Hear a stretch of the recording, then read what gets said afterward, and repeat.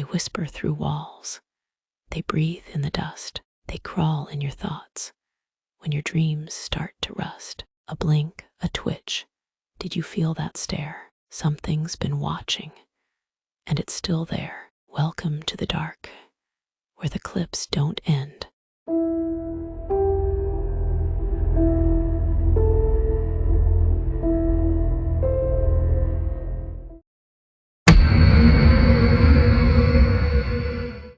I was broke, drowning in rent, and 2 weeks away from getting kicked out of my apartment. But that's when I found it. A Craigslist ad too good to be true. Mascot performer needed, $200 an hour, no experience necessary. No background check, no portfolio, just show up and wear the suit. The ad had no company name, no contact info, just an address and a time. The weirdest part, the posting flickered for a second when I clicked it, like the image glitched. I swear for a split second, the mascot smile looked stitched, and there were eyes inside, eyes that looked a lot like mine. The place wasn't a studio. It wasn't even a building with signage, just a rusted side door near the back of an abandoned strip mall. Inside, everything was white, like a surgical suite. Clean, but wrong. Mascot pieces hung from the ceiling, torsos, paws, heads, all facing the same direction, all slightly swaying as if someone had just brushed past them. The air was freezing, and I couldn't tell if the smell was bleach or something, rotting beneath it. And then I saw it, the suit. It was already laid out for me. It looked like a bear or something pretending to be one. The head had no eyes, just two empty holes. I reached out to touch it. It was damp. They told me to rehearse, said a director would be watching, but the room was empty, just a spotlight, a single camera on the ceiling. I moved like they said, waved, danced, smiled, or at least tried to, inside the mask. But then the air shifted. I felt it behind me. I turned, nothing there. But in the playback later, there was something. My shadow. It didn't follow me. It moved, a half second too late. It turned when I did not, raised its hand when mine was still. I stopped moving, but it didn't. They asked me to check the fit in the mirror, but the mirror wasn't clean. It was streaked, old, and too tall, like it was made for someone much bigger than me.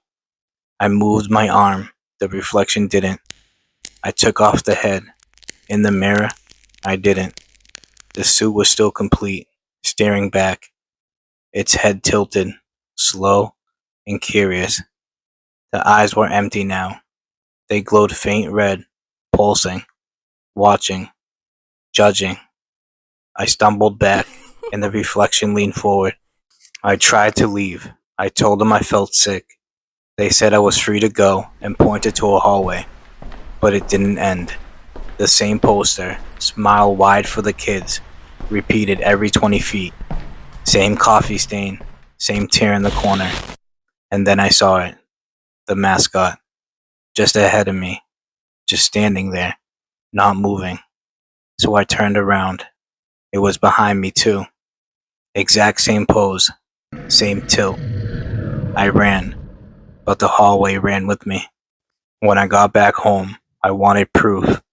I went to check the Craigslist ad, but it was gone. No trace. I refreshed the screen, and that's when it happened. The screen flickered, just once. But I saw it. A single frame. Not even a second long. It was my face, sewn into the mascot suit. But the eyes weren't mine. They were wide open, bloodshot, screaming, frozen in terror. I clicked back frantically, but the ad was gone. Replaced with listing expired. Thank you for your service. The next morning, a package arrived at my door. No return label. Inside was a USB stick labeled Final Performance. It showed me on stage, pulling off the mascot head. But it didn't come off clean. The inside wasn't foam. It was flesh, hair, teeth sewn into the lining.